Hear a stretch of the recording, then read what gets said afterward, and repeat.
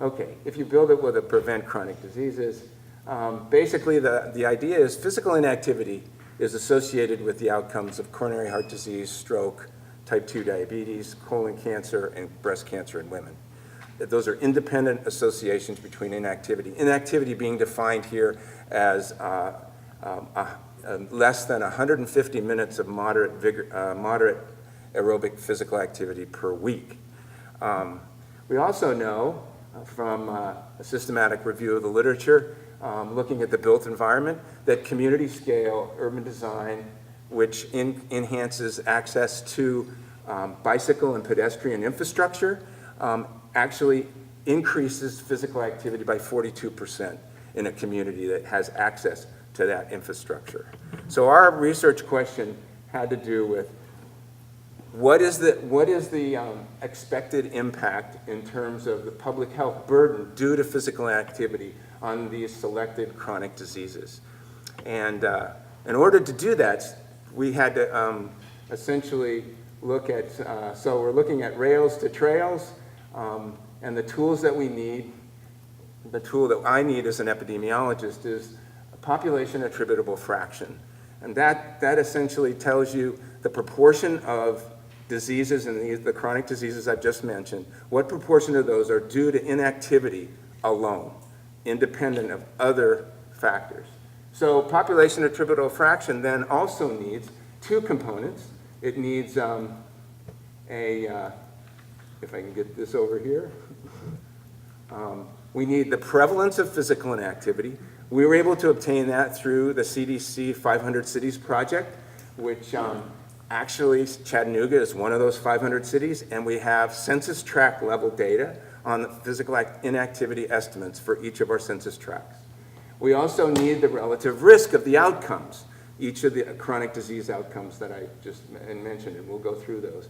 And in order to do that, then we put it in through a formula to calculate population attributable fraction, where this is the formula.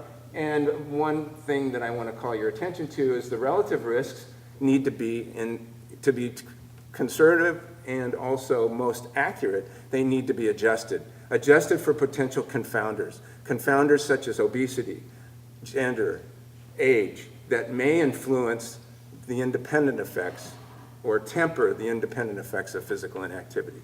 So we did that. And we did that by going to, because the only way you can get relative risks is you have to have prospective data. And if you don't have prospective data, you can't calculate a relative risk. So we went to 6 prospective studies that were taken across this country and also across the world to ensure that we were able to calculate those attributable risks, or those risk factors. And so we were able to do that in terms of the 5 outcomes.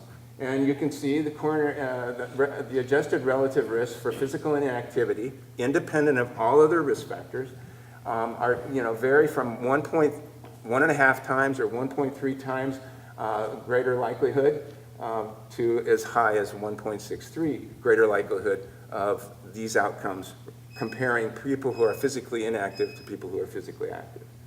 Okay, so what we did is then we decided to take this data and apply it across 4 census tract areas where we have now documented the Tennessee River Park extension, which then it comes into approximately, yeah? I know my time's up, but I'm not being scored, so you've got to see this. You can walk and go get this. If you don't want to see this, this is kind of fun because I'm going to set this going. So look at the baselines are red, the follow-up is green. You can see the inactivity estimates change, and along with that, corresponding change in population attributable fraction.